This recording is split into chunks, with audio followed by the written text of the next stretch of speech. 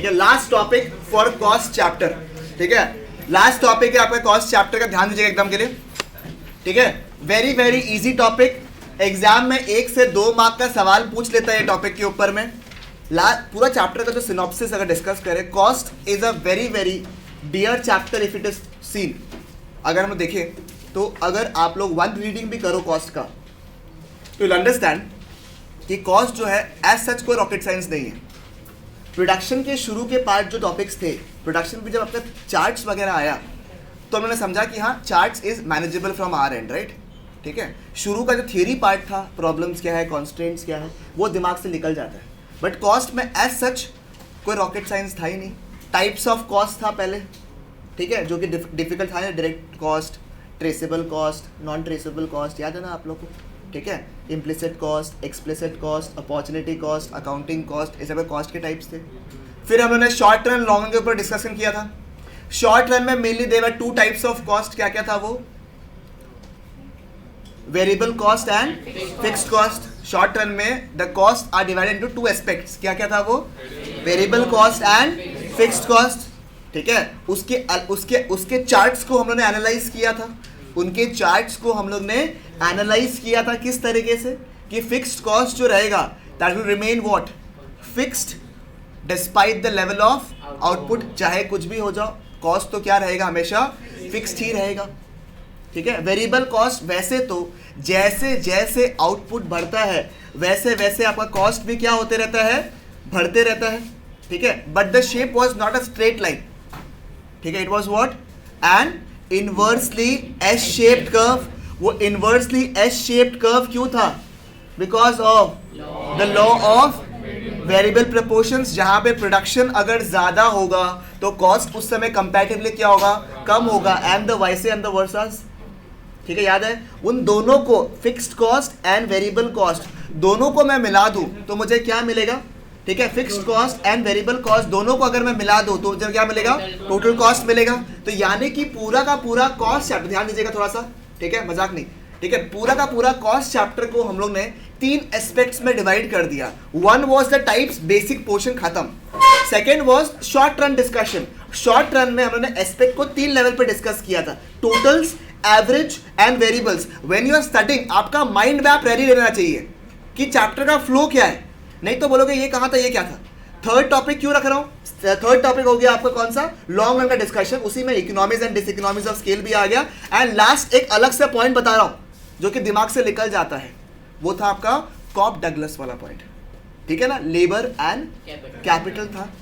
कितना टाइम्स क्या था, कितना टाइम्स लेबर था, याद है किसी को, 3/4 was labour and 1/4 was capital. तो ये अलग से दिमाग में रखना है क्योंकि इससे डायरेक्टली 1 मार्क का एमसीक्यू बनना इज वेरी वेरी सिंपल, ठीक है। फिर था टोटल्स का डिस्कशन, अपन ने ऑलरेडी कर ही लिया है, total fix cost, total variable cost and total cost, दोनों तीनों के चार्ट्स आपके दिमाग में सेट है। टीवीसी एंड टीसी के बीच में लाइंस जो है वो एकदम गैप सेम है क्या, क्योंकि दोनों के बीच में गैप क्या है, टीएफसी का, इसलिए दोनों कर्व्स क्या है, पैरेलल टू ईच अदर, याद आ गया प्रॉपर्ली। फिर एवरेज के बारे में डिस्कशन किए थे अपन ने। एवरेज में बेस्ट चीज ये था कि एटीसी बोलो, एटीसी एवरेज टोटल कॉस्ट या फिर average cost curve, and AVC curve यानी कि एवरेज वेरिएबल कॉस्ट कर्व, दोनों का शेप बिल्कुल सेम है, दोनों का दोनों यू शेप कर्व्स है, केवल एएफसी में फर्क था, याद है आप लोगों को, AFC was a shape was rectangular, hyperbola fall होते रहता है continuously, tries to touch the x axis but never touches the x axis, because AFC can never be 0, because TFC can never be 0। याद आ गया आप लोगों को, the shape was what, rectangular, hyperbola. बाकी दोनों कॉस्ट जो है, ABC cost and ETC cost, दोनों क्या शेप्ड कॉस्ट है, यू शेप्ड कॉस्ट है। ऑब्वियस सा बात है, आप मुझे बताइए किसका वैल्यू ज्यादा होगा, एसी कर्व का कॉस्ट का वैल्यू क्या होगा, ज्यादा होगा, नेचुरल सा बात है वो तो बिल्कुल। तो the AC curve would be higher और the ABC curve would be higher, AC curve would be higher the ABC curve, simple and that. कोई दिक्कत हुआ यहाँ पे, कोई इशू यहाँ पे, कोई प्रॉब्लम्स यहाँ पे नहीं, ठीक है। And since you have time for the test now, so I can give you the extra questions also I believe for cost and production so that you can practice, right, that will be better for you, तभी आप लोग ज़्यादा अच्छा solid practice हो जाएगा मेरे हिसाब से, ठीक है। Good number of questions are there but इतना कोई अलॉन्गेटेड क्वेश्चंस नहीं है, आप आराम से 50 MCQs कर सकते हो रेगुलरली, आराम से, इतने बड़े क्वेश्चंस नहीं है कि बहुत थियरी बेस्ड क्वेश्चंस है, वैसे नहीं है, तो आराम से 50-60 MCQs आप लोग आराम से कर सकते हो विथ 40-45 मिनट्स ऑफ सिटिंग बस। तो I think it's fair, right. तो मैंने आपसे ये पूछा कि हमने एवरेजेस डिस्कस कर लिया, बट रिलेशनशिप मेंटेन हुआ किसकी वजह से? मार्जिनल आने की वजह से। अब मार्जिनल में ऐसा कुछ था ही नहीं, एक ही कर्व है, यू शेप्ड कर्व ही है, जिसको अपन बहुत प्यार से नाइकी शेप्ड कर्व भी बोलते हैं, ठीक है। फिर रिलेशनशिप था आपका MC curve cuts the whom and whom, AC curve and the ABC curve at its lowest point, ठीक है। AC curve and ABC curve को कहाँ कट करता है? उसके लोएस्ट पॉइंट पे कट करता है। मेक सेंस यहाँ तक? बिल्कुल, ठीक है। क्योंकि MP curve cuts the AP curve at its highest point. दोनों तरफ से रिवीजन हो गया आपका। प्रोडक्शन को वहां से रिवाइज कर लिया, यहाँ पे अपने कॉस्ट को रिवाइज कर लिया। You have to become smart. अगर इज्जत से मार्क्स लेकर आना है आपको, तो आपको स्मार्ट होना पड़ेगा। बेवकूफ़ों की तरह रीडिंग मत करता रहना ना हमेशा। कभी कभी यहाँ ट्रस्ट करो, आराम से हो जाएगा आपका। हो रहा है ना? अभी कई लोगों ने काफ़ी दिनों बाद रिवाइज किया होगा, बट दिमाग में अगर कॉन्सेप्ट स्ट्रॉन्ग है तो बुक खोलने का दरकार ही नहीं है आपको। बिकॉज फर्स्ट क्लास जो अपन किया था कॉस्ट के ऊपर, याद है आप लोगों को? हमने बुक देखा ही नहीं था। हमने नेक्स्ट क्लास से कॉस्ट का बुक्स देखना शुरू किया था। ये कॉप डगलस डिस्कस किया, टाइप्स डिस्कस किया, रिवीजन किया। प्रोडक्शन का वहाँ का AP MP रिवाइज हो गया, यहाँ पे MC ABC और शुरू में gap between the AC curve and the ABC curve would B high और लेस। हाई, याद है ना? गैप बढ़ता है, फिर क्या होता रहता है? कम होते रहता है। Because of what?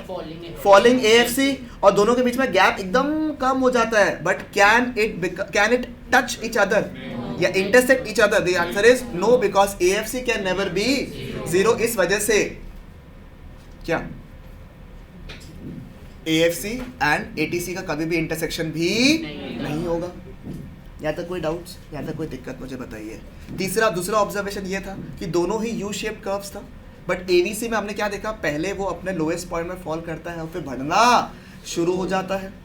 And ATC on the other hand हमने क्या देखा था कि सर वो फॉल होता है जब AVC फॉल अपने लोएस्ट पॉइंट में पहुंचता है, तब भी वो अपने लोएस्ट पॉइंट में पहुंचता नहीं है, वो हल्का सा और गिरता है, थोड़ा सा हल्का सा और गिरता है, फिर वो अपने लोएस्ट पॉइंट में पहुंचता है and then it starts increasing और राइजिंग, ठीक है। क्यों होता है ये?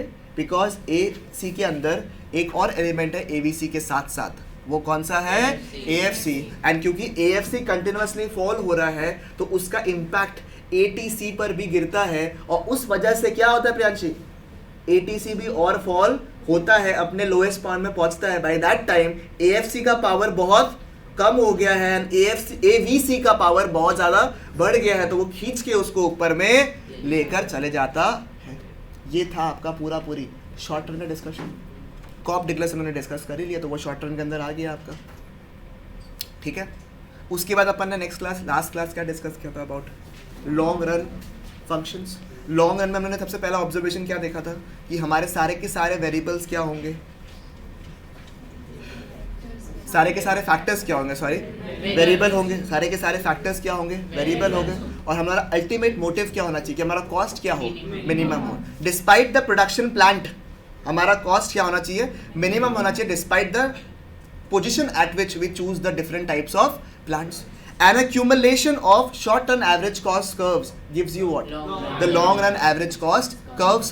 The short-run average cost curves was also known as the plant curves, and the long-run average cost curves are known as the planning curves. दिमाग में आता है? उसका नाम envelope curve भी है, उसका नाम port curve भी है, उसका नाम U-shaped curve भी है, ठीक है। याद आ रहा है आप लोगों को प्रॉपर्ली? उसका ऑब्जर्वेशंस आपको याद है? बहुत सारे short term average cost curve के टेंजेंट पॉइंट्स, लोएस्ट पॉइंट्स नहीं, जो उनके ऑन द वे पॉइंट्स आ रहा है, उसको टेंजेंसी दिखाते हुए अगर सारा लाइन बनाता है हम लोग, तो वो क्या बन जाता है हम लोग का? Long run average cost curve होता है। Long run average cost curve is a U shaped curve because of what? Law of returns to scale. Because in every stage, चाहे वो लॉन्ग रन भी हो, 3 स्टेजेस रहता है। कौन से? Increasing returns to scale, constant returns to scale and decreasing returns to scale, ठीक है, ओके, कूल। देन उसके अलावा और क्या डिस्कशन था अपना? और क्या डिस्कशन था? एल शेप्ड कर्व केवल 2 सिचुएशन में होता था, याद है आपको? ठीक है, एक तो इंडिफरेंस कर्व के केस में कॉम्प्लीमेंट्री गुड्स, और दूसरा इस केस में मॉडर्न इकोनॉमिक थियोरी के तहत अगर हम लोग long run average cost curve को बनाए तो वो क्या होगा, एल शेप्ड कर्व होगा। याद आ रहा है आप लोग को? ठीक है, ठीक है, पक्की बात। And depending on the output level we choose the correct cost plant. Short term average cost plan को सिलेक्ट करता है ना हम लोग, डिपेंडिंग ऑन दी आउटपुट। अगर ज़्यादा आउटपुट प्रोड्यूस करता है तो हम लोग दूसरा प्लांट को यूज़ करते हैं। ऑप्टिमल लेवल में प्रोड्यूस करें ज़रूरी है क्या? ये answer is no. Depending on our output and our caliber will produce the required amount of goods, and वहाँ भी कॉस्ट ऊपर नीचे तो होता ही रहेगा, despite we are preparing for the long run average cost determination. बात समझ में आया आप लोग को? क्लियर है बिल्कुल? कॉस्ट में एज सच मुझे बताइए कोई भी रॉकेट साइंस आया क्या? ठीक है, प्रोडक्शन अभी तक आपके दिमाग में सेट हो जाना चाहिए मेरे हिसाब से तो। ठीक है, प्रोडक्शन में एज सच कोई इशू, शुरू में फैक्टर्स ऑफ प्रोडक्शन वगैरह है, फैक्ट प्रोडक्शन होता क्या है वो सब पॉइंट्स है। ठीक है, फिर उसके बाद में टीपी का रिलेशनशिप है। ठीक है, टीपी का रिलेशनशिप है, फिर लॉ ऑफ वेरिएबल प्रपोर्शंस आपको याद होगा। ठीक है, एंड नॉर्मल में क्या होता है, law of returns to scale. ठीक है, अच्छा, कॉप डगलस का इंपॉर्टेंस लॉन्ग रन में भी था, याद आपको? A plus B greater than 1, A plus B less than 1, A plus B equal to 1। छोटे छोटे पॉइंट्स को दिमाग में रख के रखिए इस तरीके से। ठीक है, बात समझ में? प्रोडक्शन में वही law of variable proportions, law of returns to scale, relationship between TP MP, relationship between AP MP, काम खत्म। It is much more smaller than chapter number 2 if you realise. ठीक है, खत्म होने वाला चैप्टर, लास्ट टॉपिक है आपका। उसके पहले एक ही रिक्वेस्ट रहेगा आप लोग से। ठीक है, आज का जेन्युइन रीज़न मेरे को समझ में आता है कि देयर इज वन क्लास। ठीक है, तो कई लोग को ये लगा होगा कि छोटा क्लास ही होगा, लंबा क्लास भी नहीं होगा, because I have a back to back class and sir का कोई for some unfortunate reason he is not well. ठीक है, so he could not take up the class, otherwise you would have had a long class, that's fine. The thing is कि अगर कोई दूर रहता है, काफ़ी दूर रहता है, वो अगर एक क्लास के लिए आए तो it makes complete no sense कि वो एक क्लास के लिए आए, उसको हाथों हाथ मेरे से बैकअप लेके कर लेना चाहिए। ठीक है, बट अगर आप सामने रहते हो, ठीक है, अगर आप सामने रहते हो या फिर आप हो, please encourage your friends to come for live classes, क्योंकि बैकअप मिलना is very very easy. And backup की वजह से एक्चुअली नुकसान हो रहा है आप लोग का, क्योंकि आप लोग के पाइल्स ऑफ बैकअप रिमेनिंग है जो आपने देखा नहीं होगा अभी तक। ठीक है, पाइल्स ऑफ बैकअप अवेलेबल है, बैकअप हमेशा अवेलेबल रहेगा। आप क्लास खत्म कर लोगे उसके बाद भी आपको बैकअप सारे का मिल जाएगा, मेरे को क्या टेंशन है, ले लो। द पॉइंट इज कि जो क्लैरिटी, जो सॉलिडारिटी, जो रिविजन स्टेटस आपको एक लाइव क्लास में मिलेगा वो आपको बैकअप पे नहीं मिलेगा। ऑब्वियसली जिनके पास रिसोर्सेज नहीं है या जिनका जेन्युइन रीज़न है कि तबीयत खराब हो गया या कुछ खराब हो गया या दूर है या घर पे है for some reason, if there is a genuine reason आप क्लासेस को बैकअप ले रहे हो हाथों हाथ, तब तो ठीक है, otherwise it will be big नुकसान फॉर यू ऑल।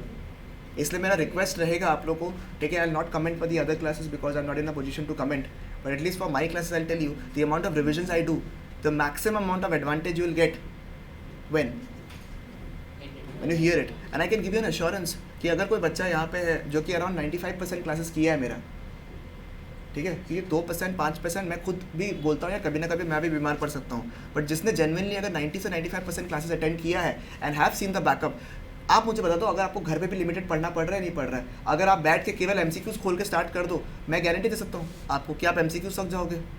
अब जिन्होंने क्लास को ऑफ ऑन किया है उस केस में तो दिक्कत है सर, ठीक है, क्योंकि फ्लो बैठ ही नहीं सकता आपका, क्योंकि मैं एक टैंट्रम से शुरू करूंगा पढ़ाने का और फिर वो बेचारा ये सोच के रखेगा ना कि मेरा बैकअप देखा नहीं है, भले उसको समझ में आए नहीं आए, एंड उस स्पीड से बैकअप मिलना पॉसिबल भी नहीं है, आपको पता है, और क्लासेस उस स्पीड से ज़्यादा चल रहा है। और मैंने आज बैच 2 में भी क्लियर कर दिया है और आप लोगों को बैच 1 में भी क्लियर कर रहा हूँ मैं ये चीज़ को कि मेरा स्पीड, मेरा टेस्ट लिमिट्स स्लो नहीं होगा, ठीक है। Teaching speed can be reduced, that's a different thing all together, but जो नंबर ऑफ टेस्ट जो मुझे लेना है वो लेना है, क्योंकि आप लोग के ऑब्जर्वेशन में ऐसा आ रहा होगा कि इट्स दिसंबर, इट्स वाह वाह बहुत बढ़िया बात होगी, ठीक है, महीना मिल गया अब तो रिलैक्स कर सकता अपन, मैं ये बेवकूफ़ी नहीं कर सकता आपके साथ में, because 1 more month means a higher percentage of you people clearing your exams, simple, and a higher number of people getting more than 300, 270 or maybe 1 to 3, simple सा रूल है सर।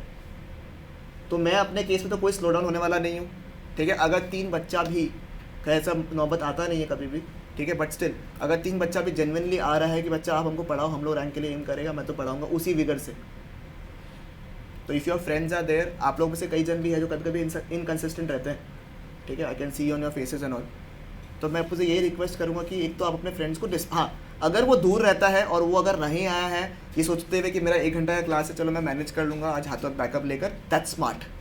मैं डिनाई नहीं करूँगा कि वो अच्छा काम किया है, बट अगर आपके घर सामने है, नहीं फिर फ्रेंड्स आर देयर, कुछ फ्रेंड्स डीमोटिवेट हो गए, I have seen demotivation after your results, ठीक है, स्पेशली सेवा का रिजल्ट्स के बाद में, क्योंकि सीबीएसई वाला तो पम्प्ड अप हो गया भयंकर वाला।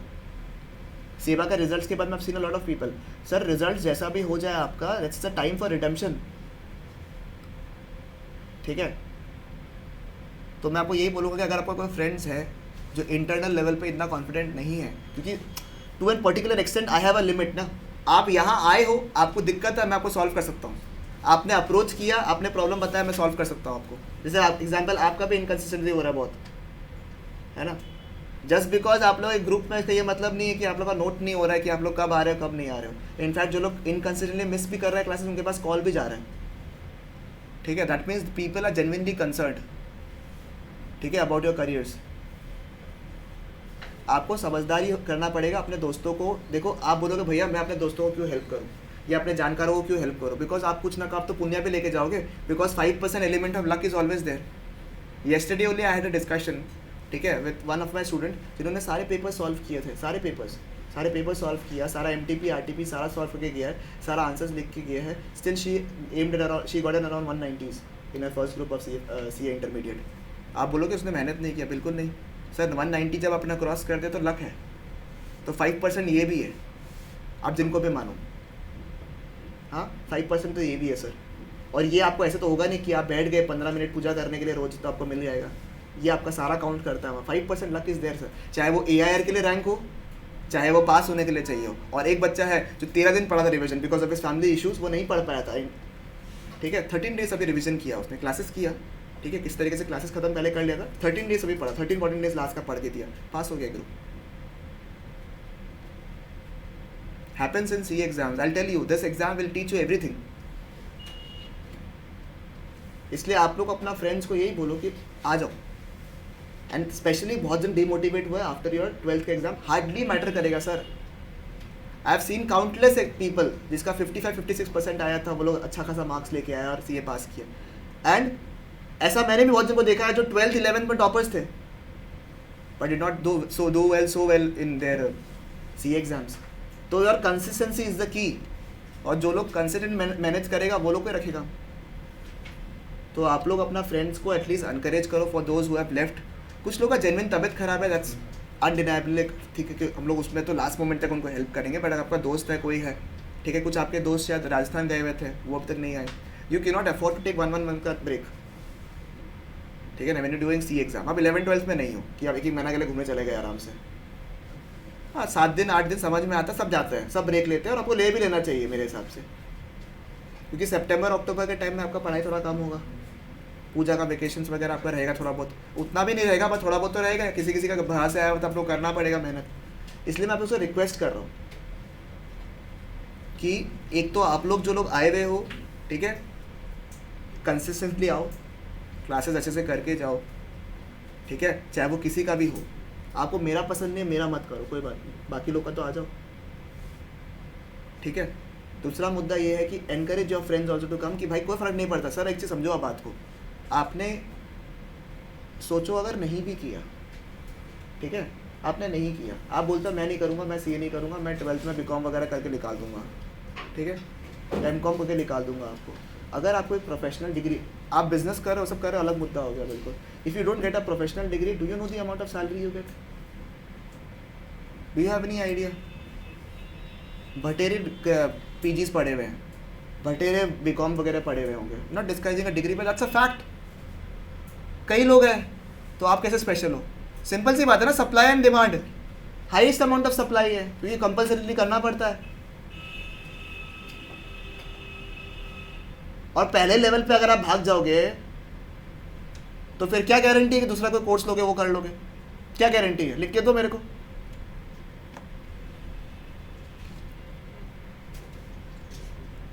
ठीक है, because I can not be the only person who is slaughtering my entire body for you people, that's not possible sir.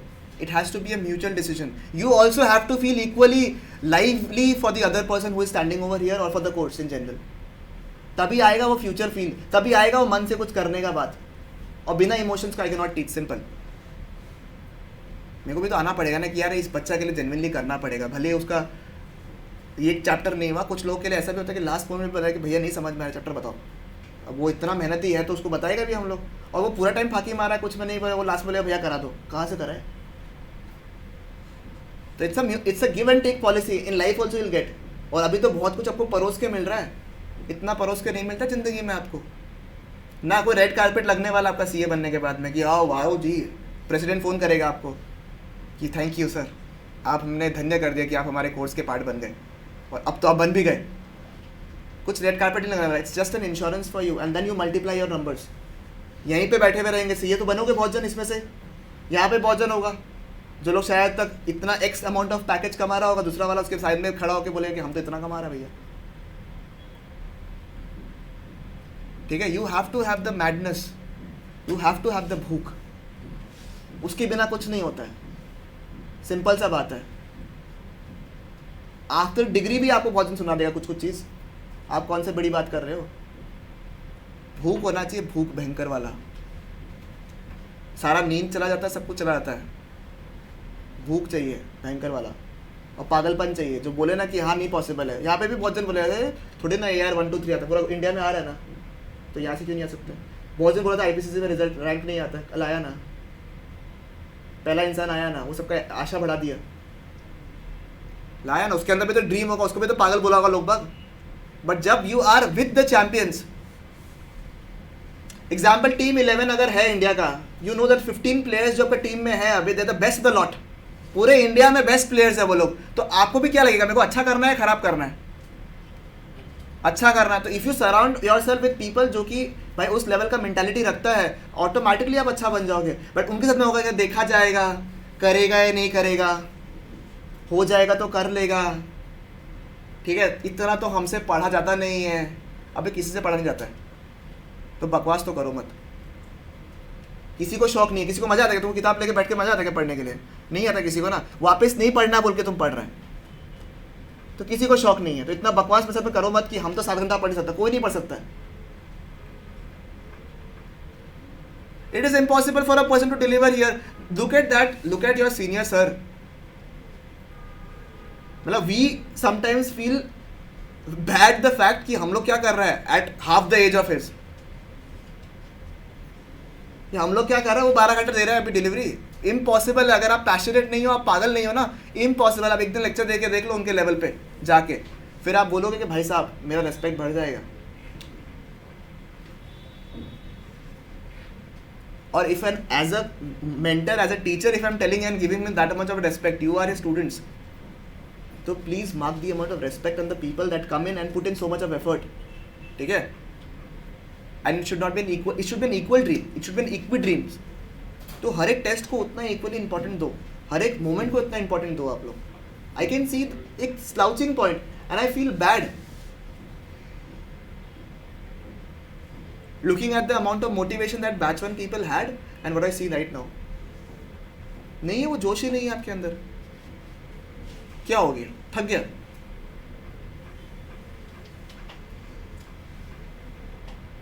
थक गया था जल्दी, आप लोग हार मान गया, ऐसे हर चीज को गिव अप कर दो बढ़िया से। समझ में आया क्यों maximum people don't pass in C exams? This is the reason.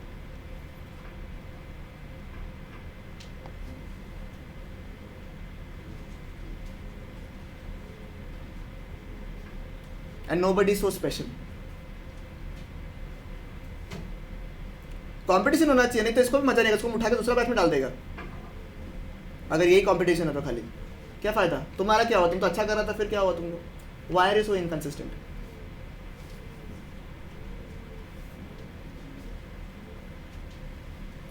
अरे कुछ तो रीजन होगा, तबीयत खराब हो गया, पॉटी नहीं आ रहा था, ये जाया आ रहा था, अभी जेन्युइन इशू है। क्या सर है तुम लोग को नहीं आता क्या? क्या है, तुम भी इनकंसिस्टेंट हो गया खासा बीच बीच में। तुम पहले तो गलती नहीं, पहले तो तुम सारा क्लासेस आता था, फिर तुम ये लोग फिर भी कंसिस्टेंट है। ये 1 2 क्लास शायद मिस किया होगा, एक भी नहीं मिस किया अभी तक, पर ये लोग कंसिस्टेंट है। वही हम बोला ना, कंसिस्टेंट है लोग। तुम्हारा भी क्लास जल्दी से मिस नहीं होता है, तुम्हारा भी कम होता है, बहुत कम होता है तुम्हारा शायद, या नहीं भी हुआ है क्या शायद तक मिस नहीं हुआ है। दीपक का भी 1 क्लास शायद मिस हुआ है, तुम्हारा भी मिस हुआ है बीच में क्लासेस, आपका भी कम होता है बट है, आप भी आता है, आपका तो चलो नया ही है, आप लोग तो क्लासेस मिस किया हुआ भयंकर, तुम्हारा भी मिस हुआ वही है, तुम्हारा भी मिस होता रहता आता रहता है, तुम कम करता है थोड़ा सा, तुम्हारा मूड अनुसार है, आता तो अच्छे से करता है क्लास, आता है बट मिस भी तुम्हारा होता है, तुम्हारा तो ठीक है, तुम आता ही है, ये भी नहीं मिस करता। वायु क्या हुआ आज, वायु नहीं है आज, तबीयत खराब हो गई उसका, तुम भी आता तो है, इन दिनों में तो आ रहा है, ये तो मिस नहीं करता, ये भी मिस नहीं करता बीच क्लास, ये भी कम करता है, बीच में गायब हो गया था, तुम तो जब से आया तब से आ ही रहा है, तुम भी कम ही करता है, तुम्हारा होता है कभी मिस, बीच में 1-2 क्लास मिस होता ना तुम्हारे, एक भी नहीं हुआ। अच्छा, तुम्हारा कोई दोस्त है कि आस्था का मिस हो रहा है क्या क्लास,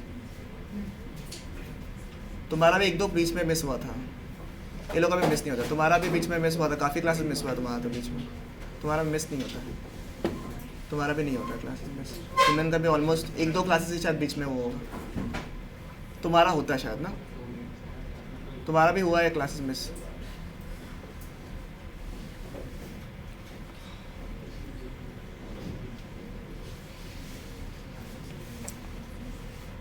किसी को कुछ फर्क नहीं पड़ता है, कोई फर्क नहीं पड़ेगा सर, सबका डिजायर्ड परसेंटेज सेट रहता है, किसी को फर्क नहीं पड़ेगा, लॉस किसका है, बहुत अप्रिसिएशन होगा अगर आप पास हो जाओगे तो, और मैंने कल भी बोला था ये बात, 198 भी लाया है ना कोई बच्चा, वो मेहनत बहुत की है, ठीक है, 2 बच्चा का नाम बोलता हूँ आपको, ठीक है, तो मतलब मार्क्स बता रहा हूँ, 198 पास नहीं हुआ, 201 पास हो गया, तुम किसका सुनेगा, अरे 2 मार्क का तो बात है या 3 मार्क का तो बात है, वो भी तो डिजर्व करता 198 वाला, क्यों नहीं सुनेगा तुम उसका, समझ में आया बात आप लोगों को, तो एक कड़ी रियलिटी है जो बताती है आप लोगों को, कोई नहीं बताने वाला आपको, करो जो करना है, और इतना बड़ा आप लोग हो गए कि आप लोग को पकड़ के बोल नहीं सकते कि बैठ के पढ़ो, बोला बात, ठीक है, तो you respect only those who have achieved, that's how the rule will be, I will be very happy to share your marks if you pass, और otherwise I can sympathise you, आते हैं बैठते हैं डिस्कस करना, I have genuine होता है ना, genuine होता है ना वो फीडबैक फॉर सर्टेन पीपल जो कि नहीं कर पाया, but that's how the life is, ठीक है। आइए लास्ट टॉपिक, ठीक है, economies and diseconomies of scale, देखिए ध्यान से एकदम, ठीक है, economies and diseconomies of scale जो है आपका, economies and diseconomies of scale, ध्यान दीजिएगा थोड़ा सा, ठीक है, economies and diseconomies of scale क्या है समझिए, इकोनॉमीज वो सारे फैक्टर्स हो गए, वो सारे चीज़ें हो गए जिसकी वजह से आपके बिजनेस को हेल्प मिलता है, आपको एनहांसमेंट मिलता है, आपको ग्रोथ मिलता है, indirectly all these factors help in the growth of the business are known as what, economies of scale, and all those factors which are negative towards the business, जो कि indirectly business को down करते हैं, खराब impact create करता है, उसको क्या बोलते हैं हम लोग, डिस इकोनॉमीज ऑफ स्केल ना। ऑब्वियस सा बात है कि एक ही फैक्टर क्या एक फर्म का इकोनॉमीज ऑफ स्केल भी बन सकता है, एंड साथ में क्या डिस इकोनॉमीज ऑफ स्केल भी बन सकता है, the answer is absolutely yes. Technology 2020-21 में आपने क्या देखा, लोगों ने मोबाइल फ़ोन में या फिर ई कॉमर्स की तरह सामान को बेचने की कोशिश की, अब जिसने इसको एम्ब्रेस कर दिया, डिजिटल मार्केटिंग में रुपया इन्वेस्ट कर दिया, अपने का फर्स्ट मूवर एडवांटेज लिया, वो बिजनेस बहुत बूम किया, और जिन्होंने रिटार्डेड फॉर्म में अपना बिजनेस को रख के रखा कि नहीं हम तो वेट करेंगे, हम देखते हैं कैसे मूव करेगा क्या करेगा, उनका क्या हुआ, डिक्लाइन हो गया। तो वही same technology for one firm becomes an economy of scale, and for the other firms becomes a dis economy of scale. Number 1. Number 2, चाहे वो इकोनॉमीज ऑफ स्केल हो, चाहे वो डिस इकोनॉमीज ऑफ स्केल हो, क्योंकि आपको समझ में आएगा कि एक पर्टिकुलर चीज़ जो है वो एडवांटेज भी बन सकता है, आपका डिसएडवांटेज भी बन सकता है। For example, you have an excellent management system, आपके पास में मैनेजमेंट जो है, मैनेजर्स है, जो आपका टीम है वो बहुत स्ट्रांग है, वही इकोनॉमीज ऑफ स्केल बन गया। बट वही मैनेजर्स और वही टीम जो है अभी उतना मोटिवेटेड नहीं है, उनको उतना रिवॉर्ड नहीं मिल रहा है, अब वो लोग अपने कंपनी के लिए उतना फील नहीं करता है, तो वही मैनेजमेंट जो एक दिन तुम्हारा बिजनेस को ग्रोथ करवा रहा था, वो अभी के टाइम में तुम्हारा क्या करेगा, डाउनफॉल करवा सकता है। तो that management becomes both your economies also and your diseconomies also. अगर मैं पूरे के पूरे इकोनॉमीज एंड डिस इकोनॉमीज को और भी ब्रेक करूँ तो देयर आर 2 टाइप्स, एक है आपका internal economies of scale and दूसरा क्या होगा आपका external Similarly, it will be internal diseconomies of scale and external diseconomies of scale. बहुत ज़्यादा सिंपल टॉपिक है, क्योंकि उस टॉपिक को आपको समझना है कि कोई एक फैक्टर देगा रखेगा आपको, वो किस तरीके से इकोनॉमीज ऑफ स्केल की तरह काम आएगा, और वही पर्टिकुलर फैक्टर किस तरीके से आपका डिसइकोनॉमीज ऑफ स्केल में काम आएगा. एंड क्योंकि economies and diseconomies of scale आता है, क्योंकि एक इकोनॉमीज ऑफ स्केल क्या पता आगे जाकर डिसइकोनॉमीज ऑफ स्केल बन जाए, इस वजह से ही law of returns to scale में increasing constant and decreasing returns था. आपका मैनेजमेंट शुरू में बहुत पम्प्ड अप था, वो अपना टाइम सब कुछ दे रहा है, उसकी वजह से आपका प्रोडक्शन लेवल पे क्या हो गया, बढ़ गया, तो आप खुश हो, इंक्रीजिंग रिटर्न्स टू स्केल. वही मैनेजमेंट अब थोड़ा डीमोटिवेटेड है, अब उनको वो जोश नहीं है, अब उनको वो जज्बा नहीं है, उनको इंटरेस्ट नहीं आ रहा है, और वो क्या कर रहा है, अपना लिमिट से नंबर ऑफ आवर्स दे रहा है, बिकॉज सैलरी चाहिए, तो नंबर ऑफ आवर्स दे रहा है, बट उस हिसाब से अब आउटपुट नहीं आ रहा है, तो वो क्या हो गया, नेगेटिव रिटर्न्स टू स्केल. तो automatic the cost will what, output तो उतना बढ़ नहीं रहा है, कॉस्ट क्या हो रहा है, बढ़ रहा है तेजी रूप से, तो ये क्या हो गया, नेगेटिव रिटर्न्स टू या डिक्रीजिंग रिटर्न्स टू स्केल. तो economies and diseconomies of scale are the major reasons why there are different stages of what, returns to scale. बात समझ में? And that is why economies and diseconomies of scale are directly linked with the planning curves, with directly linked with the long run discussions. ठीक है, समझ में आया आपको? देखिए, आइए रीडिंग करते हैं. Production on a large scale is very important feature of the modern industrial society. ठीक है, फर्स्ट पॉइंट इज हार्डली कुछ important. Large scale production offer certain advantages which help in reducing the cost of production. Economies arising out of large scale production can be grouped into two categories. क्या क्या है देखो तो, internal economies and now you don't have to read from all these things.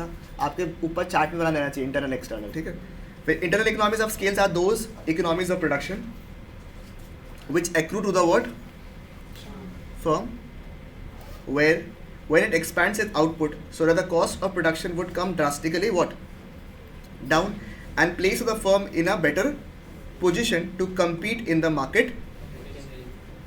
These economies arise within the firm and are available exclusively to expanding the firm. Simple सा बात है, internal economies of scale क्या है, वो चीज़ें जो internal business के अंदर है, और वही हेल्प करेगा बिजनेस को बढ़ाने में भी, ऑल्सो गिराने में भी.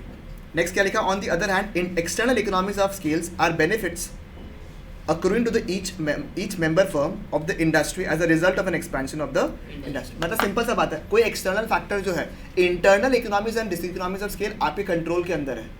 अब कोरोना वायरस आया, क्या वो मेरे कंट्रोल में था? नहीं. It becomes an external diseconomy. बात समझ में आया आपको? क्लियर है? नेक्स्ट आइए, internal economies and diseconomies. By internal economies we mean that the reduction in cost advantages that occurs when a firm expands itself. That is, when it increases its own size by installing bigger plants. Simple सा बात है आपका कि जब आपको समझ में आ गया कि मेरा इंटरनल इकोनॉमी स्ट्रॉन्ग है, तो मैं क्या करूँगा, मेरा कॉस्ट रिड्यूस हो रहा है, तो अल्टीमेटली आप क्या करोगे, आप अपने आउटपुट को क्या करोगे, बढ़ाओगे, डिमांड को और डिमांड क्रिएट और करने की कोशिश करोगे, ताकि एज अ होल आपका प्रोडक्शन लिमिट क्या हो जाए, बढ़ जाए. Therefore, these internal economies are also called what?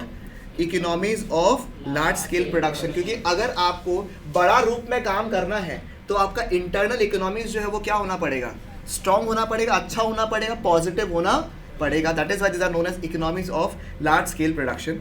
Internal economies arise purely due to what, endogenous factors relating to the efficiency of the what, entrepreneur, or his what, managerial talents, or the type of machinery used, or the marketing strategy adopted. यानी कि वो depend करता है कि firm कैसा है, firm का CEO कैसा है, फर्म का एंटरप्रेन्योर कैसा है, फर्म का टैलेंट कैसा है, मैनेजर कैसा अपने फर्म के लोगों को ट्रीट कर रहा है, मशीनरी कैसा यूज़ हो रहा है. आप बहुत इफेक्टिव हो, बहुत अच्छे हो, काम में भी बहुत धुराधुर हो, बट वो सिस्टम बहुत बेकार दे के रखा है. काम करने के लिए सिस्टम है ना, मेरा जो आपका कंप्यूटर लैपटॉप है वो बेकार है, नेटवर्किंग बेकार है, आप यहाँ पे फाइल एंटर करते हो, वो कितना देर टाइम लगता है अपलोड करने में. तो अगर ये होगा तो आपका एफिशिएंसी होने के बाद भी ना होने के बराबर है, क्योंकि आपको एंटर मार के बैठना पड़ेगा ऐसे. तो वहाँ पे क्या दिक्कत आ रहा है कि आपका अगर सिस्टम्स अच्छा है तो ultimately it will add as a boom for the internal economies to scale. फिर नेक्स्ट क्या लिखा हुआ है, we know that the returns to scale increases in its initial stages and after remaining constant for a while they decrease. The question arises as to why we get increasing returns to scale due to which cost falls, and why after certain point we get decreasing returns to scale due to which cost rises. This is absolutely known to you. ऐसा आपको पता ही है कि ऐसा क्यों होता है कि शुरू में आपका इंक्रीजिंग रिटर्न्स टू स्केल होता है जहां पर कॉस्ट कम होता है, and then decreasing returns to scale होता है जहां पर कॉस्ट हाई होता है. इसका रीजन आपको पता ही है कि firm initially enjoys what, internal economies of scales, and then उसके बाद क्या शुरू होता है, internal diseconomies of scale. पहला पन्ना में कोई भी डाउट हो तो बताओ मेरे को. इजी, कोई भी इशू यहाँ पे डिफिकल्ट लग रहा है? These are one time reading concepts, ठीक है. इसको बार बार नहीं पढ़ना है आप लोगों को, बिकॉज इससे आप लोग एमसीक्यूज ऐसे कोई बन नहीं रह जाता. थोड़ा बहुत बनेगा वो आप लोग आराम से कॉमन सेंस लगा के निकाल सकते हो. तो पहला पन्ना में कुछ याद करने वाला पॉइंट नहीं है आपका. समझ में आया आप लोग को? ठीक है. बस लास्ट का जो 4th और 5th पॉइंट था आपका वो आपको समझ में आ जाना चाहिए. यही रीजन आपका यू शेप का भी, यही रीजन आपका शुरू में इंक्रीजिंग रिटर्न्स एंड बाद में डिक्रीजिंग रिटर्न. उसके अलावा मेरे को तो यहाँ पे कोई एमसीक्यूज नहीं दिख रहे. ठीक है, चलेगा? Clear madam? आगे बढ़े, चलिए. फिर अलग अलग टाइप्स के internal economies and diseconomies है.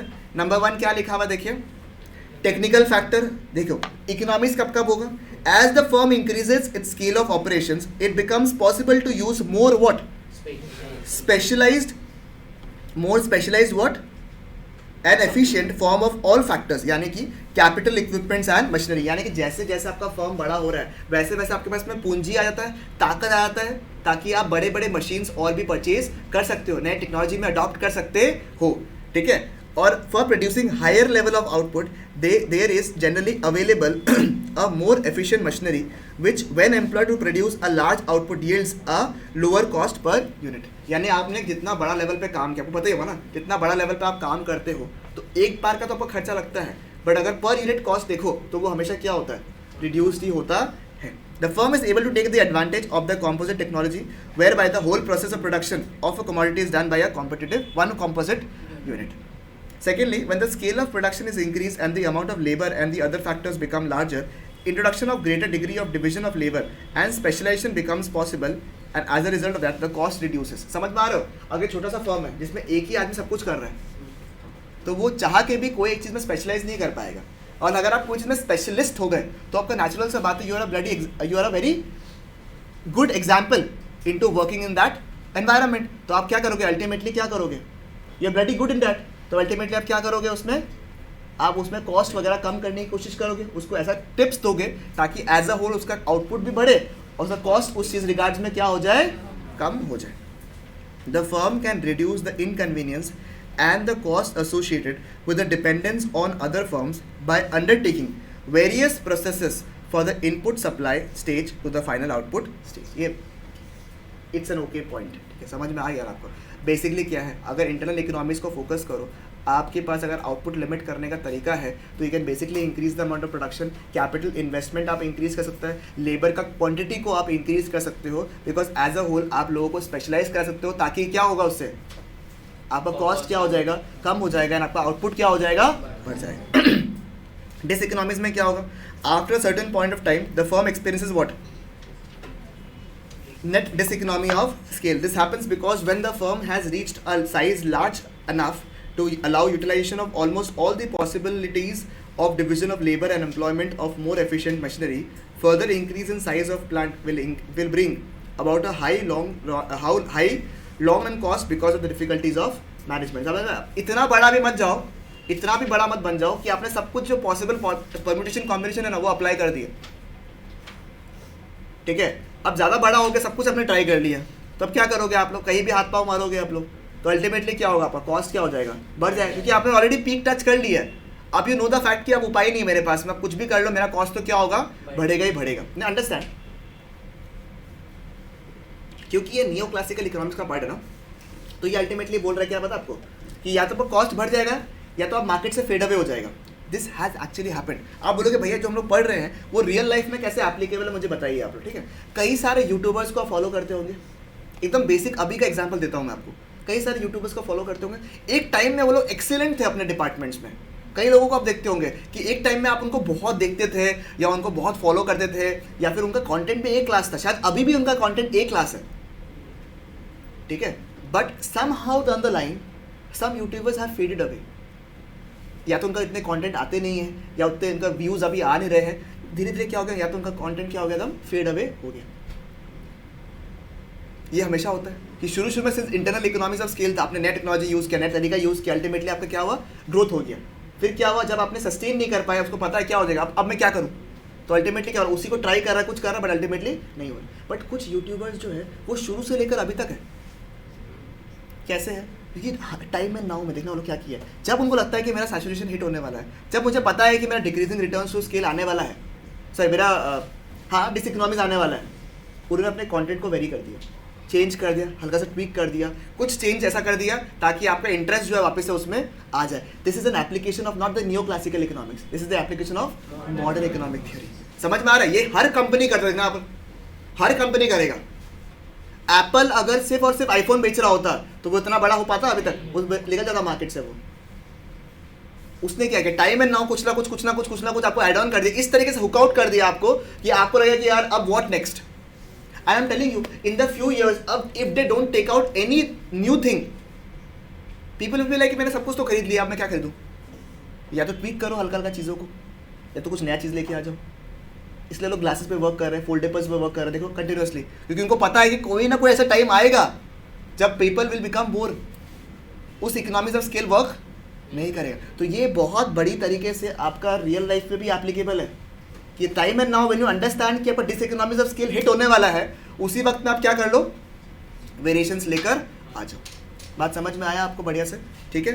फिर डिस इकोनॉमिक्स ऑफ स्केल आपको समझ में आई है, ठीक है, कि ऑपरेशंस इतना बड़ा भी मत कर लो कि जब जो भी नेक्स्ट कॉस्ट लगने वाला वो क्या हो जाएगा, आपका बढ़ने लग जाएगा। चलेगा बिल्कुल यहाँ तक, ठीक है। नेक्स्ट मैनेजरल फैक्टर, आपको फर्क पड़ता है क्या मैनेजरल फैक्टर, ठीक है। मैनेजरल फैक्टर क्या ये इकोनॉमिक्स ऑफ स्केल के द्वारा काम आएगा आपका, बिल्कुल आएगा सर। कैसे आएगा सर, कि अगर आपने स्पेशल डिपार्टमेंट निकाल दिया, ठीक है, आपने क्या कर दिया, फंक्शनल स्पेशलाइजेशन लेकर आ गए, तो इसकी वजह से क्या होगा, अच्छी तरीके से डेलीगेट होगा, अच्छी तरीके से सबको रूटीन वर्क पता है, सब अपना काम को एफिशिएंटली करेंगे, रिपोर्टिंग प्रॉपर तरीके से होगा। तो अल्टीमेटली क्या होगा, अलग अलग डिपार्टमेंट होने की वजह से हर एक एरिया जो है वो प्रॉपरली चलेगा, एंड एज अ होल आपका बिजनेस भी स्मूथली और एफिशिएंटली फंक्शन करेगा। सिमिलरली डिस इकोनॉमिक्स होगा क्या, आप मुझे बताओ, अगर एक प्रोडक्शन एक पर्टिकुलर लेवल के ऊपर चला गया तो मैनेजरल डिस इकोनॉमिक्स शुरू हो जाएगा। आप बोले भैया कैसे, बड़ा हो गया ना अब तो अच्छा ही है, नहीं, कम्युनिकेशन में इशू आ रहा है, पहले 10 लोगों को कम्युनिकेट करना पड़ रहा था, अब उसके आगे 20 लोग आ गए, वो उसको कुछ बता रहा है, वो उसको कुछ बता रहा है, वो कुछ हो रहा है, इन्फॉर्मेशन सब कुछ टेम्पर अराउंड हो गया। अब उसको एग्जाम्पल क्या, मुझे एक इन्फॉर्मेशन मिला, मैंने एक्शन ले लिया, बाद में मुझे पता चला कि वो इन्फॉर्मेशन ही गलत है, ठीक है, वो उधर बैठ जाओ, उधर बैठ जाओ, ठीक है, हाँ, उनका इन्फॉर्मेशन ही क्या है, गलत है, ठीक है। तो अब मैनेजर तो पूरा हिट खा लेगा, वो डांट खा लिया, अब वो ढूंढने गया कि किसने ये गलत इन्फॉर्मेशन दिया था, इतना लोग हैं, कहाँ से इन्फॉर्मेशन लेगा। बात समझ में आया, कहीं तरह ले भी लिया, इतना टाइम वेस्ट होगा, मतलब ही नहीं होगा। तो वही क्या हो गया, जो इकोनॉमिक्स ऑफ स्केल था, जो डेलीगेशन था, डिस्ट्रीब्यूशन था, सब कुछ था, वो अल्टीमेटली क्या हो जाएगा, एक प्रॉब्लम भी क्रिएट हो सकता है, डिले होने लग जाएगा डिसीजन मेकिंग में, कि आपके ऊपर का जो मैनेजर है बहुत ऊपर वाला पोजीशन में, आप पहले किसी को रिपोर्ट करते हो, वो किसी और को पूछेगा, फिर वो किसी और को पूछेगा, फिर डिसीजन लिया जाएगा। तो ये हायरार्किकल प्रॉब्लम से कुछ इमीडिएट सोल्यूशंस लिया जाता नहीं। ऐसे बड़े, आपको लगता है कि भैया ये थोड़ी रियल लाइफ में थोड़ी ना होता, बहुत बड़े कंपनीज में ऐसा होता है सर, बहुत बड़े बड़े कंपनीज है। अगर आपने हल्का सा वो शार्क टैंक को फॉलो किया होगा तो उसमें एक सवाल था, अगर आपने पूछा होगा कि ये मैं एकदम एग्जैक्टली भूल गया उसका क्या प्रोडक्ट था, मेरा सिर्फ दिमाग में ये क्वेश्चन था, वो उन्होंने पूछा था कि why don't you think such an idea, एक बड़ा कंपनी का नाम लिया था उन्होंने पता ये तो सिमिलर सा चीज़ है, उनके पास पैसे भी बहुत है, तो वाई डू यू थिंक कि आपका आइडिया जो है ये ऐसे XYZ बड़ा कंपनी जो है वो इनकॉर्पोरेट नहीं कर पाएगा, उनके पास ज़्यादा फंड है, उनके पास ज़्यादा लोग हैं।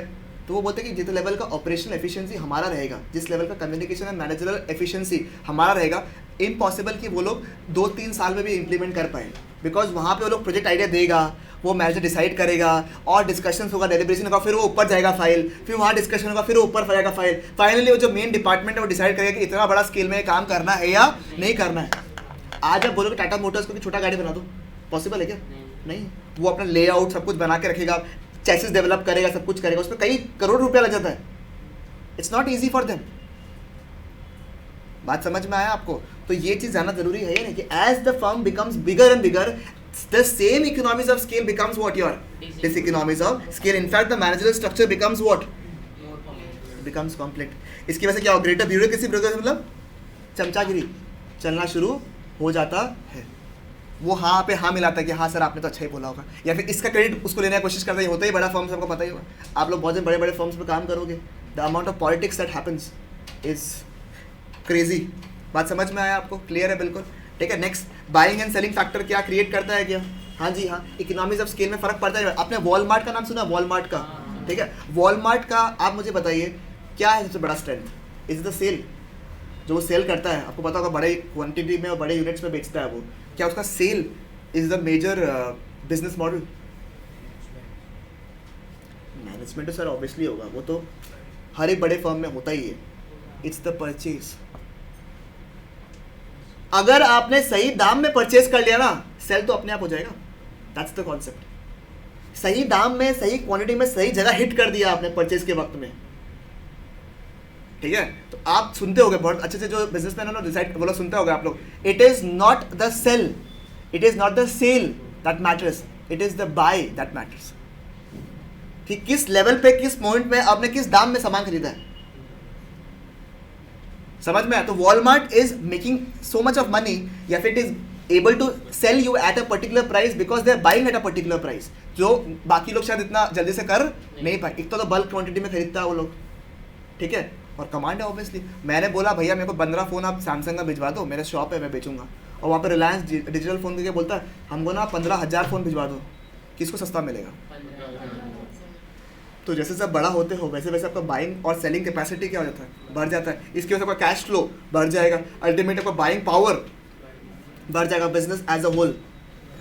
बात समझ में आया आपको? सिमिलरली क्या ये डिसइकोनॉमिक्स की तरह भी बिहेव कर सकता है क्या? द आंसर इज यस, अगर प्रॉपर तरीके से सब कुछ नहीं हुआ। अनशंड, आप सुना होगा बड़ा बड़ा बिजनेस था, बढ़िया चल रहा था, कैश फ्लो भी था, बंद हो गया। क्यों? अनशंड खर्चा कर रहा है, अनशंड खर्चा कर रहा है। आईपीएल का टी शर्ट में जबरदस्ती का नाम लिखवाएगा, पीछे ऑपरेशन पे खर्चा करना चाहिए था, नहीं किया। फालतू का स्पॉन्सरशिप ले रहा है, कई लोग आउट ऑफ कैश हो जाता है कि बिजनेस को सुधारने से जगह आपने अननेसेसरी खर्चा कर दिया, अननेसेसरी चीज़ों को बाय कर लिया, तो फायदा नहीं। कुछ गलत एक्विजिशंस खरीद लेते हैं। किंगफिशर परफेक्टली प्रॉफिटेबल मॉडल चल रहा था, it was about to reach its profitability, it was doing very well. फालतू का इंटरनेशनल बिजनेस में जाने के लिए, इंटरनेशनल फ्लाइट्स को चलाने के लिए अक्वायर कर लिया एयर डेकन वगैरह को, उसके बाद आपको पता है dip. The right purchase, right buy is extremely important, because right buy अगर आपने कर दिया तो it can turn into one economies of scale, and the other hand it can also become what a diseconomies of. देखो advertisement expenditure दिख रहा है आप लोगों को, मार्केटिंग ओवरहेड्स, ओवरहेड्स मतलब इनडायरेक्ट खर्चा। समझ में आया आप लोगों को? क्लियर है? नेक्स्ट, फाइनेंशियल फैक्टर्स आपको बताना है क्या? बताओ, खुद का कितना रुपया लगाने वाला है, कैसे लगाने वाला आपके पास में हाथ में। आज एप्पल इतना पावरफुल क्यों है? सबसे अच्छा फोन बनाता है? नहीं, सबसे अच्छा ब्रांड वैल्यू है, और भी कंपनीज के हैं। The cash that it has more cash than the entire US economy. इतना पैसा है लोगों के पास में, and cash is bloody gold. Cash होना सबसे बड़ा चीज है। प्रॉफिट्स खाली बुक्स में होना जरूरी नहीं है, रोकड़ा कितना है आपके पास में। तो जो कंपनी कैश जनरेट कर रहा है ना, वो कंपनी बंद नहीं होती जल्दी से। हाँ, वो खर्चा बहुत भयंकर कर रहा है और कैश बहुत कम जनरेट कर रहा है, that's a different matter. But if some business is generating cash, तो वो बिजनेस का सर्वाइवल बहुत अच्छा चांसेस है होने का। ना कि आपसे बुक्स में दिखा रहे हो कि अगर इसको माइनस करके ऐसे निकाले तो अपना प्रॉफिट्स हो जाएगा। समझ में आया आपको? तो फाइनेंस इज वेरी इंपॉर्टेंट, ठीक है। क्या लिखा है? Large firm has advantages over small firms in matters related to procurement. Procurement मतलब फर्म के प्राइजेस को लेना, मतलब फाइनेंस को लेना। In fact in instance offer better security to the bankers, क्योंकि पता है कि बड़ा कंपनी रिलायंस लोन लेने गया या फिर एक मधुराम लेने गया, तो किसको लोन पहले मिलेगा? सिंपल सा बात है, ठीक है। बट क्या डिसइकोनॉमिक्स भी है क्या? क्यों? अनिल अंबानी, नहीं तो एक लेवल था दोनों का। गलत बिजनेस डिसीजंस, गलत loans, high amount of debts, business crash हो गया पूरा। बहुत सारे कंपनीज का यही हालत है सर। बात समझ में? कई सारे आपने स्कैम्स भी सुना होगा, ठीक है। तो ये सब की वजह से होता है डिसइकोनॉमिक्स ऑफ स्केल, ठीक है। नेक्स्ट क्या लिखा है? Risk bearing factor. अब रिस्क है तो इश्क भी है, ठीक है, और रिस्क ज़्यादा ले लिया तो किक भी मिल जाएगा आपको बढ़िया से। बात समझ में आ रहा है ना? वो किक नहीं, वो किक, ठीक है। बात समझ में आया क्या? कि हाँ, रिस्क कभी कभी लेना जरूरी है। कि सही टाइम में अगर आपने पिवट नहीं किया, अपने आप को रिस्क एलिवेट नहीं किया, एप्पल का लैपटॉप अच्छा बिक रहा था, मैकबुक अच्छा बिक रहा था, उनको लगा नहीं मेरे को आईफोन लॉन्च करना, रिस्क है, चल गया, बढ़िया हो गया। कुछ सारे बिजनेस होंगे जो अपने टाइम में बहुत बढ़िया फ़ोन लेके आए, अपने टाइम में बहुत अच्छा यूज़ कर रहे हैं, अल्टीमेटली नहीं चला। ठीक है, समझ में आया? तो वो वाली बात है। तो रिस्क अपने आप में, यू ऑल्सो नो, सही टाइम में सही डिग्री ऑफ रिस्क लिया तो इकोनॉमीज ऑफ स्केल, नहीं लिया तो डिस इकोनॉमीज ऑफ स्केल। ठीक है, फिर ये नेक्स्ट एग्जांपल्स किसके ऊपर है, देखो तो क्या लिखा हुआ है, एक्सटर्नल। जो अभी तक हमने डिस्कस किया वो क्या था आपका, इंटरनल, कि रिस्क एपेटाइट कितना आपका, फाइनेंस का है, मैनेजरल गोल, बाइंग सेलिंग, ये सब कुछ किसका था, इंटरनल इकोनॉमिक्स। एक्सटर्नल इकोनॉमिक्स में क्या क्या लिखा, पहले हम सिर्फ आपको पॉइंट्स पढ़वा रहा है, क्या क्या है, क्या टेक्नोलॉजिकल, मैं यहाँ पे इकोनॉमिक्स में डिस्कस कर रहा हूँ, मैं डिस इकोनॉमिक्स में डिस्कस कर रहा हूँ, क्या technological advancement become an economic, sorry, can it become economics of scale. Yes sir, अगर आपने एम्ब्रेस कर दिया टेक्नोलॉजी को तो वो क्या हो गया, इकोनॉमिक्स ऑफ स्केल। वही अगर आपने टेक्नोलॉजी को अडॉप्ट नहीं किया, डिस इकोनॉमिक्स हो गया। डेवलपमेंट ऑफ स्किल लेबर, और अगर वही आपने लेबर को स्किल ही नहीं किया तो dis economics of scale. Subsidiary and correlated business, इसका मतलब क्या हुआ, एप्पल के साथ में एयरपोर्ट्स डेवलप हुआ, वो अपने आप में एक सब्सिडरी बिजनेस सेटअप हो गया। उसके साथ में आपको पता होगा एप्पल की अराउंड ही बहुत सारे ऐसे कंपनीज है जो सर्वाइव करता है, कवर्स बनाना, टेम्पर्ड बनाना, वो एयरपोर्ट का कवर बनाना, एप्पल पेंसिल का कवर बनाना, आईपैड का कवर बनाना, ये सारे क्या है, एंसिलरी बिजनेसेस है, को रिलेटेड बिजनेसेस है। उनका होने से एज अ होल उनका बिजनेस बढ़ रहा है। और वही अगर रियलमी बना रहा था बढ़िया से फ़ोन और साथ में रेडमी का फ़ोन दबा के आ गया एकदम बढ़िया से, तो मार्केट क्या हो जाएगा, रियलमी के लिए क्या हो जाएगा, ख़राब हो जाएगा। ऐसा होता है या नहीं होता है, पक्की बात 100% यहाँ पे होता है। गुवाहाटी में भी ऐसा बिजनेस हुआ है क्या, बिल्कुल हुआ है सर। आज बर्गर किंग आया हुआ है, बढ़िया चल रहा है, मैकडॉनल्ड्स आया क्या होगा, हिट होगा ही नहीं होगा एक बार का, तो वो डिस इकोनॉमीज ऑफ स्केल भी हो जाता है। फिर इंप्रूव ट्रांसपोर्टेशन एंड मार्केटिंग, अगर अच्छा मार्केटिंग है, अच्छा मार्केटिंग फैसिलिटीज़ है, ट्रांसपोर्टेशन फैसिलिटीज़ है, it will turn out to be what, an economies of scale. On the other hand वही आपको ट्रांसपोर्टेशन फैसिलिटीज़ अच्छा नहीं है, मार्केटिंग फैसिलिटीज़ अच्छा नहीं है, तो क्या होगा, डिस इकोनॉमीज ऑफ स्केल। ठीक है, आईटी बिजनेसेस आपको पता होगा, ये इतना रेलेवेंट इंपॉर्टेंट टॉपिक नहीं है कि कितना आपने इन्फॉर्मेशन बिजनेसेस सेटअप किया है। ठीक है, it can both turn into an economies of scale and an diseconomies of scale. फिर क्या लिखा हुआ है, रॉ मटेरियल किस रेट में लेकर आते हो एंड कैपिटल इक्विपमेंट। अब नॉर्मली अगर मार्केट का रेट सस्ता मिल रहा है आपको कोई सामान रॉ मटेरियल, तो आप भी सस्ता रेट में बनाओगे, बड़े से अच्छा दाम में बेचोगे। एंड वही अगर आपको कोई ज़रूरी चीज़ है सर, वो है ना अभी उसका क्या बोलते हैं उसको, सर्किट्स का रिक्वायरमेंट, चिप्स का दाम सस्ता अगर मिल रहा था आपको, तो आपका सामान भी सही रेट में बढ़ रहा था। जैसे चिप्स का शॉर्टेज आया, दाम क्या हो गया, सेमीकंडक्टर चिप्स का क्या हो गया, बढ़ गया, तो अल्टीमेटली क्या, सबका राम बढ़ने लग गया। अब लोगों के पास ऑप्शन नहीं था टू इंक्रीज द प्राइसेस। आप देखो सारे मोबाइल फोन्स, सारे लैपटॉप्स, सारे गाड़ी वाड़ी, सबका दाम क्या हो गया, बढ़ गया, क्योंकि रॉ मटेरियल क्या हो गया, महंगा, डिस इकोनॉमीज ऑफ स्केल। ठीक है, समझ में आया आपको। एक्सटर्नल डिस इकोनॉमिक्स कौन से पॉइंट है, अलग से पढ़ने की दरकार ही नहीं है इसको। जो आपने internal economies of scale, sorry external economies of scale पढ़ा, उसी का ऑपोजिट पॉइंट क्या है आपका, external diseconomies of scale. यही है आपका external and internal economies of scale. आप मुझे बताइए इनको मैंने क्यों ऐसे से रीड करवाया आपको properly, because it's a one time reading investment that you have to make. आप छोटे छोटे पॉइंट्स को इन्वेस्ट कर लो अपने जगह में, don't take out much time for such topics, क्योंकि बहुत कुछ है पढ़ने के लिए आपको। बात समझ में आया, इसलिए मैंने एक प्रॉपर क्लास केवल इसके ऊपर रखा, ताकि आपको रियलाइज हो सके कि टॉपिक उतना रेलेवेंट नहीं जितना आपको लगता है।